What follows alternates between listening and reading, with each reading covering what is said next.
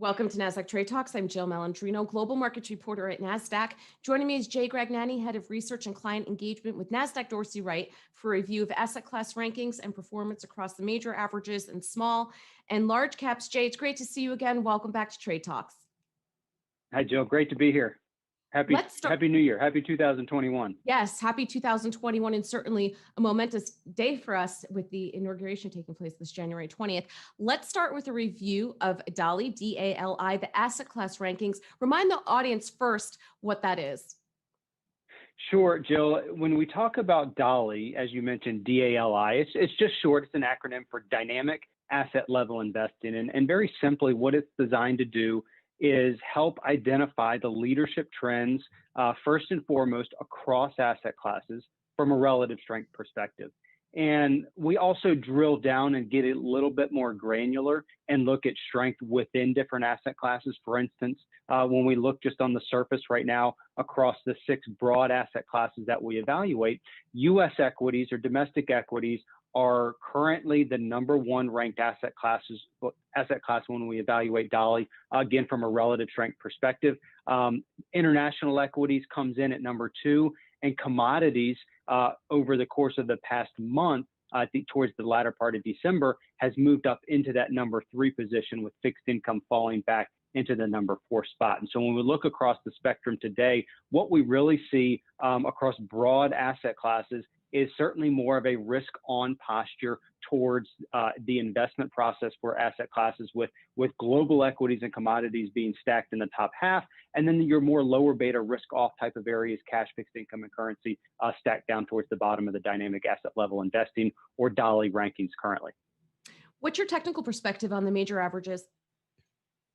Yeah, I mean, you look at the major averages today, and even today as we're recording this, I mean, most of the major indexes are all actually moving to new highs. And we've just continued to see, really since the market bottomed back in March, is the markets have been extremely resilient. Both the S&P 500 moving to new highs today, the Nasdaq 100 continuing to push to new highs this year. And when we look at some of those individual charts, I mean, there's certainly important areas to watch as we go forward. But if you look at just an individual chart, a point and figure chart that we typically tend to look at, what you have seen over the course of the past couple of months is a very consistent series of higher tops and higher bottoms, suggesting that each rally, we've seen the market rally a little bit higher, and in each pullback, we've seen the market pull back not quite as far, suggesting that demand is continuing to gain control and continuing to lead and dominate the market forces today. When we look at just the S&P, right now, you've seen that chart move higher. 3760 is now seen as an important near-term area of support. Below that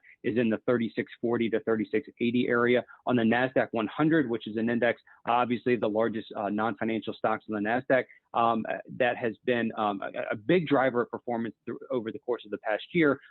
Again, notable areas of support in the 12,800 area initially, and then 12,005 to 12,006 area right now. So all when we look at the major indexes, all continues to be positive, all generally trending higher with respect to equities. And what are you watching? You know, I'm sorry, go ahead. Yeah, no, I was just going to say, you know, we talked about the Nasdaq 100 being a big driver in terms of performance last year. And really the big theme that we saw in the markets last year in 2020 was a large cap and specifically growth dominant market. And that has nothing new to the markets. I mean, large cap growth as a style box has been a big winner over the course of the past number of years. As a matter of fact, 6 out of the past 7 years, large cap growth has been the best performing style box. But what has been really interesting when you drill down and you look underneath the surface is what we've seen coming out of the small cap camps. And, you know, small cap, I think about small caps in the sense of for all of you college football fans out there, you're very familiar with Lee Corso and his famous saying of "not so fast." And that's what small caps have done over the course of the past few months, really the past 3 to 6 months. Small caps have very quietly continue to outperform the large cap markets. And when you look at the performance of some of these smaller cap indexes, over the course of the past 30 days, 60 days, even 90 days in a lot of cases, small caps have moved back up into what we would consider to be, in many ways, a leadership position in terms of the market, which is not something we've seen in quite some time. So to the extent, large caps, obviously, we're talking about the markets moving to the highs. So it's not that we're seeing negative returns or steep pullbacks in large cap growth or large cap growth indexes. But what we are seeing is small caps are certainly making a case and building a case for being a viable investment option in terms of portfolios today. Well, we were on the same wavelength because that was exactly the direction I was putting you in. To wrap up here, let's talk about the US dollar. What are the implications of the US dollar on a negative trend?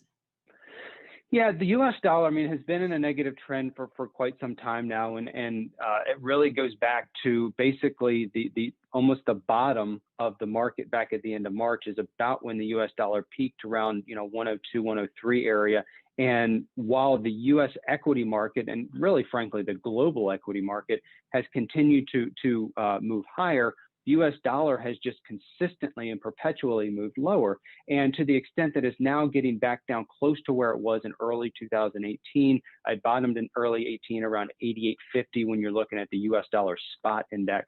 And why that's important is that there's a number of pervasive trends that have historically been present when the U.S. dollar has been weak. One of those big trends has been international equities, non-U.S. equities have fared much, much better when the U.S. dollar has been weak than when the U.S. dollar has been strong. And that's what we've seen. International equities, we talked about it at the top of the segment here, international equities has moved up to the number 2 ranked asset class within Dolly. It is the most improved asset class over the past 3 months.